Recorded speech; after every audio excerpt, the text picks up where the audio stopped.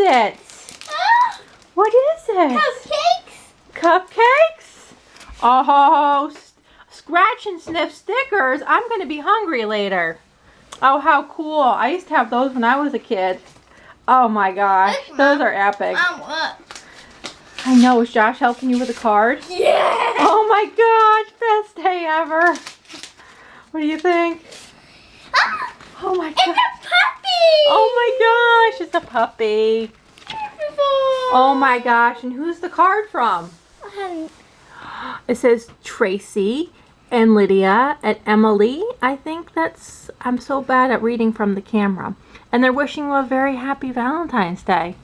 Oh my gosh, that's so magical. What do you say? Thanks. Say thanks so much, guys. Thanks so much. Say thanks for thinking about me. Thanks for thinking about me. High five for Team Sasha. Oh yeah. Can you believe it? I can't believe it. Hi guys. So I wanted to talk to you about something that's been on my mind and very close to my heart, thinking about it for quite some time now. And it's about kids and people in general with disability and how the world truly perceives us. Yes, you're back. So I seem to think, as a special needs parent, and what I've seen over my 9 years of being a special needs parent, is the number one thing that people seem to perceive when you put special needs or disabled is the child can't do it. They can't be involved in that activity. They can't play sports, that they have tons of boundaries, and that they will never do the things that other people or other children will do.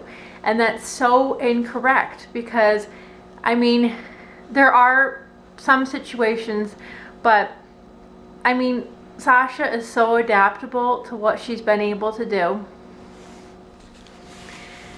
Because when I first brought Sasha home, you know, doctors, I think, truly want to scare us into believing that, think the worst case scenario. Don't think anything positive, don't think anything good, think the worst case scenario, and that's what's going to happen. So your mind is almost set up for, you know, Sasha's never going to walk. She's never going to talk. She's never going to be able to incorporate herself into daily life skills. I'll probably be cutting up her food for the rest of her life. She'll be wearing a diaper for the rest of her life.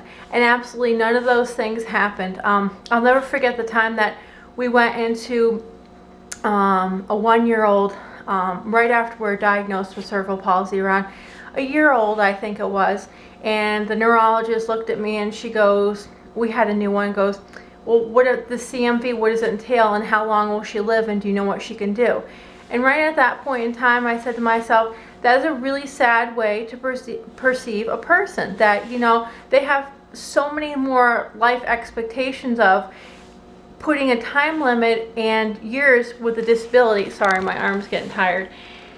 And it's really sad to see that people still think it's like that. My mom, growing up, actually in our town, this was many years ago, and I believe it was the 70s, worked in an institution here. And she's the greatest person on this earth for helping me with Sasha.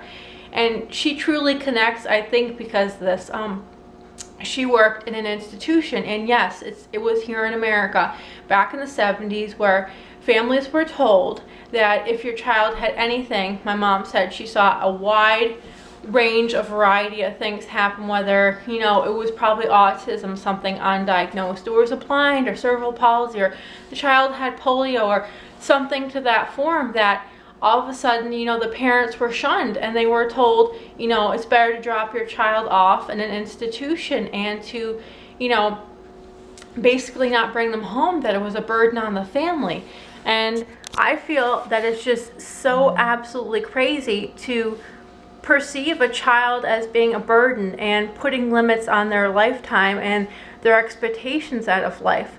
I mean, like I said before, Sasha, I'm going to put slides and clips in here from beginning to end, and, you know, I was told basically she'll never do anything. She'll be a vegetable sitting in a wheelchair, and she has surpassed so much. And there are so many great therapists that have come into our life, and OTs that have come into our life, and pediatricians and some great doctors that have truly given me the knowledge to say, you know, Sasha's not what doctors are thinking she is. She's so much more than that. And yes, she does things a different way and processes them a different and has many odds stacked against her medically, but she always seems to find a way to incorporate herself. She is in a regular school system with regular peers, and she takes gym class. That's why I'm fighting so hard for the playground right now, because I think it's horrible to say she can stay down here on the pavement and we can do this with her while all the other kids are up on the playground having fun.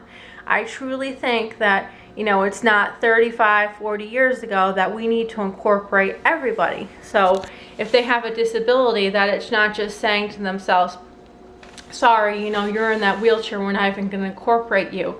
I've had throughout the years so many parents, they just don't know about Sasha, and Sasha's basically one of 2 handicapped children in her school.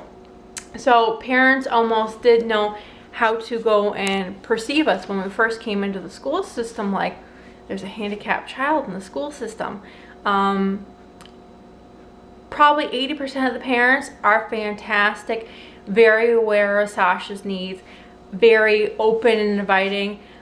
We've had those other parents that won't even give Sasha an invitation to a birthday party because they don't think she can skate with assistance. They don't think she can do a sleepover. They don't think she can do a sledding party. They don't think she can go to Chuck E. Cheese's. And I explain to them all the time that she can do all of the above and then some. Maybe not the same way that all the other kids are doing it, but she can go down a sled with another person. She can skate. She's been skiing before. She goes to gym class and incorporates herself.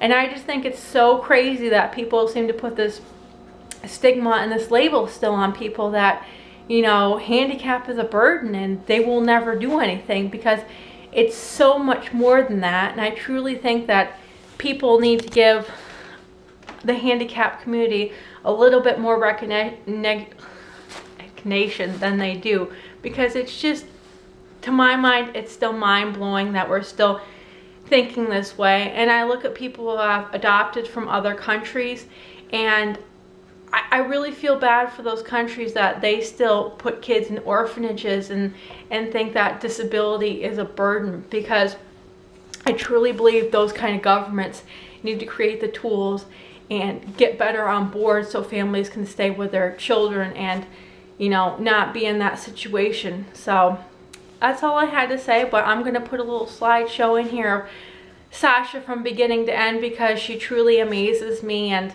you know, she's definitely her own person in her own ways, but she has proved the boundaries of disabled is not even in her category anymore.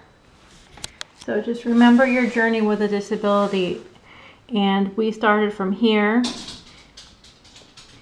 and here, and Sasha's had a long journey, but we have overcome a lot of obstacles, and she continues to amaze us all. So don't ever put a label on a disability, because a child will do truly more than you'll ever think.